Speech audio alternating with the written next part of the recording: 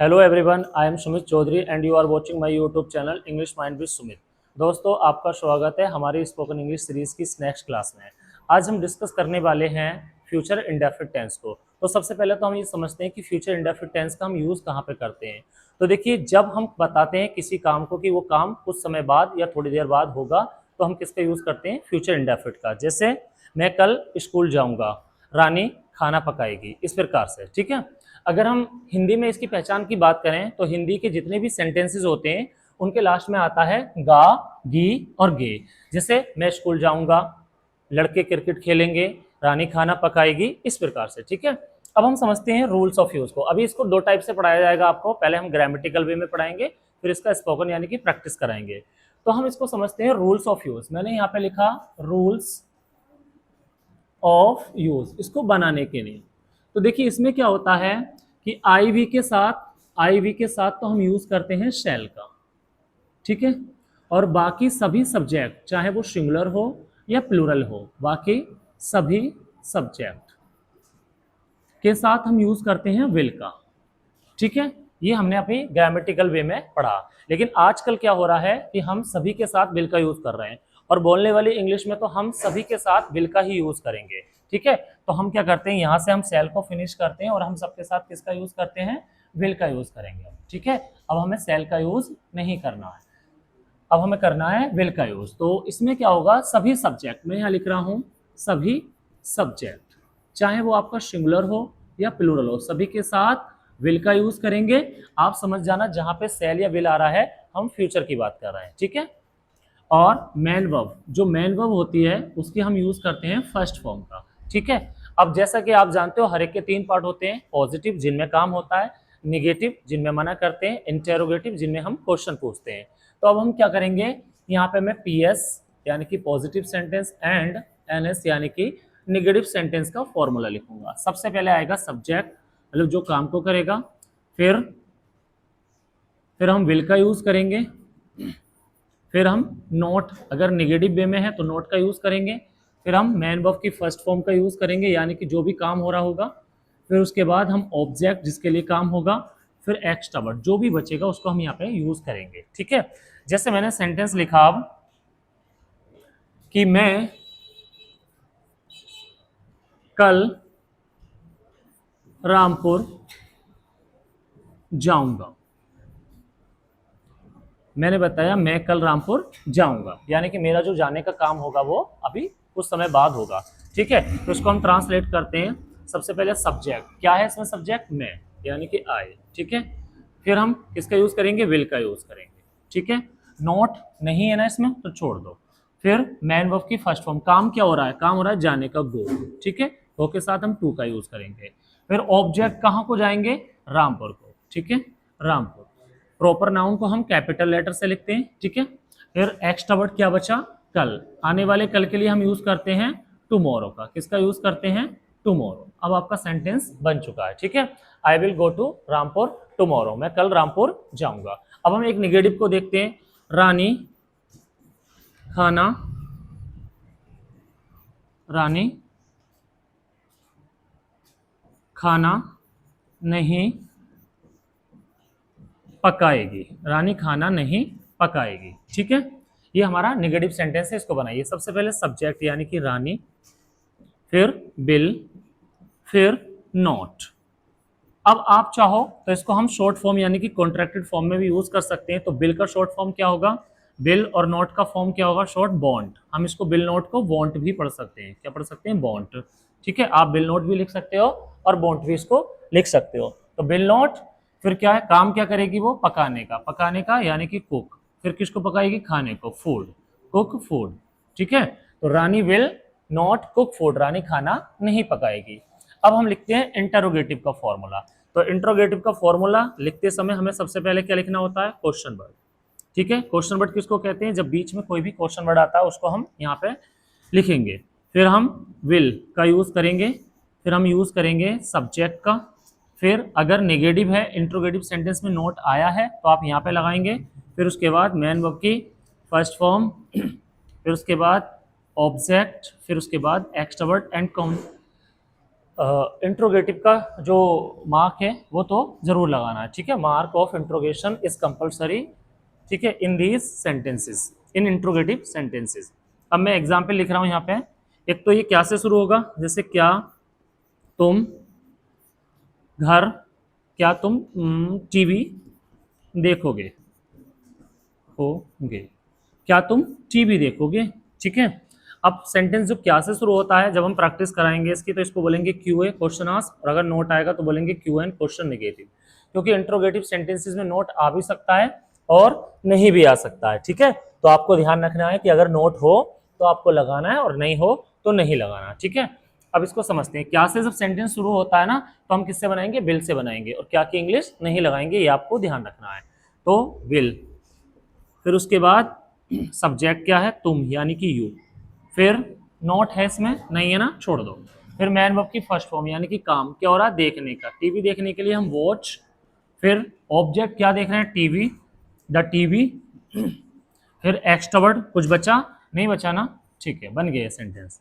अब अगला टाइप का हम देखते हैं, तुम घर कब कब जाओगे, तुम घर कब जाओगे। तो अगर बीच में कोई भी हमारा क्वेश्चन वर्ड आ जाता है तो उसको हम जब प्रैक्टिस कराते हैं तो क्या बोलेंगे, उसको आर ए बोलेंगे, नोट आएगा तो आर एन बोलेंगे। हालांकि हम आर ए और आर एन का जो यूज करते हैं वो बीच में क्यों आने के लिए, क्योंकि हम जब स्पोकन की प्रैक्टिस कराते हैं तो रीजन को उससे ही क्यों से ही पूछा जाता है। हालांकि हम सभी प्रकार के सेंटेंसेस को फिर आर ए और आर एन बोलेंगे ठीक है। अब जब बीच में कोई भी क्वेश्चन वर्ड आता है तो उसको सबसे पहले लगाते हैं, क्योंकि फॉर्मूले में क्या है, सबसे पहले क्वेश्चन वर्ड। तो यानी कि हमारा क्वेश्चन वर्ड क्या है, कब, कब के वैन, ठीक है। फिर उसके बाद वेल, फिर सब्जेक्ट क्या है, तुम यानी कि यू, फिर उसके बाद नोट है इसमें, नहीं है ना, छोड़ दो। फिर मैन वर्ब की फर्स्ट फॉर्म, काम क्या हो रहा है, जाने का, गो, गो के बाद टू, ठीक है। फिर ऑब्जेक्ट क्या है, घर, घर को यानी कि हाउस, एक्स्ट्रा वर्ड कुछ बचा नहीं बचा ना, तो सेंटेंस बन गया, ठीक है दोस्तों। तो हमने फ्यूचर इंडेफिनिट टेंस को समझा कि इसकी पहचान क्या होगी। देखिए फ्यूचर इंडेफिनिट की पहचान होगी, लास्ट में गागी गे आएगा, और रूल्स ऑफ यूज में हम सभी सब्जेक्ट के साथ विल का ही यूज करेंगे। वैसे आईबी के साथ सेल का यूज भी करते हैं, लेकिन बोलने में हम किसका यूज करते हैं, और आज जो मॉडर्न इंग्लिश उसमें किसका यूज हो रहा है, सभी के साथ विल का यूज हो रहा है, ठीक है। और मैन वर्ब की फर्स्ट फॉर्म, जिसमें हम फर्स्ट फॉर्म का यूज करेंगे। पॉजिटिव निगेटिव का मैं एक ही फॉर्मूला लिख दिया, सबसे पहले सब्जेक्ट नो विल, फिर अगर नोट हो तो लगाओ, नहीं तो छोड़ दो, मैन वर्ब, फिर ऑब्जेक्ट, फिर एक्स्ट्रा वर्ड। फिर हमने सारे आपको सेंटेंसेस बना के दिखाए। अब दोस्तों हम इसकी करते हैं प्रैक्टिस, ठीक है। तो प्रैक्टिस करना है आपको स्पोकन वे में। तो प्रैक्टिस करने के लिए हम सबसे पहले क्या करेंगे, टेंस का नाम तो हम लिखेंगे नहीं, सिर्फ हम कॉन्सेप्ट बनाएंगे इसका, और हम लिखेंगे यहाँ पे सिर्फ बिल को, किसको लिखेंगे, बिल, और बिल के साथ कौन सी फॉर्म आएगी, फर्स्ट फॉर्म आएगी। और जिन सेंटेंसेस के लास्ट में आएगा गा, गी या गे, ठीक है, एटसेट्रा। अब जैसा कि आप जानते हो हर एक के तीन पार्ट होते हैं, पहला पीएस पॉजिटिव सेंटेंस, दूसरा एनएस नेगेटिव सेंटेंस, तीसरा इंट्रोगेटिव। इंट्रोगेटिव के हम छोटे छोटे चार पार्ट में इसको डिवाइड करेंगे। क्यू ए क्वेश्चन आस्क, मतलब क्या से शुरू होगा, क्यू एन क्वेश्चन नेगेटिव, क्या से शुरू होगा, note, R A reason ask, बीच में क्यों आएगा, आर एन रीजन नेगेटिव, बीच में क्यों आएगा और नोट आएगा, ठीक है। यहाँ पे हम लिखेंगे डूअर, डूअर बोले तो सब्जेक्ट को ही हम डूअर बोल देते हैं। ये होता है आई मिस मैं, वी मिस हम, यू मिस तुम, they miss way, he miss वह लड़के के लिए, सी मिस वह लड़की के लिए, इट मिस ये है, और मिस्टर राज किसी का भी नाम। और इनके अलावा जितने भी सब्जेक्ट रह गए ना वो आप सब इट की जगह यूज कर सकते हैं, ठीक है। अब यहाँ पे हम लिखेंगे एक्शन। एक्शन किसको कहते हैं, मैन वर्ब की फर्स्ट फॉर्म को ही हम एक्शन कह देते हैं। जैसे रीड मिस पढ़ना, प्ले मिस खेलना, सिंग मिस गाना, और भी बहुत सारे हो सकते हैं, लेकिन हमने एग्जाम्पल के लिए इन तीन का ही यूज किया है। अब आपको समझना है दोस्तों कि जिन सेंटेंसेस के लास्ट में आएगा गा गी गे, ठीक है, जैसे मैं स्कूल जाऊंगा, मैं तुमसे बात करूंगा, रानी खाना पकाएगी, हम टीवी देखेंगे, मैं इस कंपनी में नौकरी करूंगा, इस प्रकार के जितने भी सेंटेंस होंगे हम वहां पे क्या करेंगे, सभी सब्जेक्ट के साथ, चाहे सब्जेक्ट हमारा सिंगुलर हो या प्लूरल हो, सभी के साथ किसका यूज करेंगे, विल का यूज करेंगे, ठीक है। जब विल का यूज करेंगे हम, अब मैं क्या काम करूंगा, यहाँ से मैं आई को लूंगा और यहाँ से एक कोई भी हम एक्शन ले लेंगे, जैसे सिंग ले लिया हमने, और हम एक नया सेंटेंस बनाएंगे। जैसे मैंने बनाया I will sing a song, I will sing a song, मैं गाना गाऊंगा, गाऊंगा, ठीक है। फिर मैं गाना नहीं गाऊंगा, आई विल नॉट का शॉर्ट फॉर्म हम वॉन्ट कर सकते हैं ना, I want Singh uh song, मैं गाना नहीं गाऊंगा। फिर क्वेश्चन पूछेंगे क्या तुम गाना गाओगे, और क्या से शुरू होगा, तो विल से बनेगा, क्या की इंग्लिश नहीं लगेगी। Will you Singh uh song, इसका मतलब हुआ क्या तुम गाना गाओगे, ठीक है। फिर क्या तुम गाना नहीं गाओगे, तो इसको हम यहीं पे वॉन्ट कर सकते हैं, want you Singh uh song, इसका मतलब हो गया क्या तुम गाना नहीं गाओगे। आप चाहो तो ये वाला जो नोट है ना, यू के बाद में भी लगा सकते हो, ठीक है। फिर रीजन आस्क, क्यों गाओगे, so why will you sing a song, तुम गाना क्यों गाओगे। फिर why won't you sing a song, तुम गाना क्यों नहीं गाओगे, ठीक है। देखिए मैंने एक सेंटेंस को कई प्रकार से बनाया, ठीक है। पहला मैंने बनाया I will sing a song, मैं गाना गाऊंगा। फिर I want Singh a song, मैं गाना नहीं गाऊंगा। फिर will you sing a song, क्या तुम गाना गाओगे। फिर won't you sing a song, क्या तुम गाना नहीं गाओगे। Why will you sing a song, तुम गाना क्यों गाओगे। फिर why won't you sing a song, तुम गाना क्यों नहीं गाओगे। अब इसी के बेस पे है हम बहुत सारे सेंटेंसेस बना सकते हैं। We can make a lot of sentences by using of this method, okay. हमें करना क्या है, देखिए जहां पर लगा हुआ है आई और यू, जहां जहां पर भी आई और यू, ये क्या है हमारा सब्जेक्ट है ना, डूअर है ना, डूअर को ही तो सब्जेक्ट बोल देते हैं, वहां पे हम इन सारे सब्जेक्ट का यूज कर सकते हैं। जैसे हमें सेंटेंस बनाना है कि हम गाना गाएंगे, तो यहाँ पे लगा दो आप we will sing a song. हमें बनाना है राजा गाना गाएगा, तो हम यहाँ पे बना देंगे राजा विल सिंग अ सॉन्ग, ठीक है। वह गाएगा तो he will sing a song. आप काम को भी चेंज कर सकते हो, ठीक है।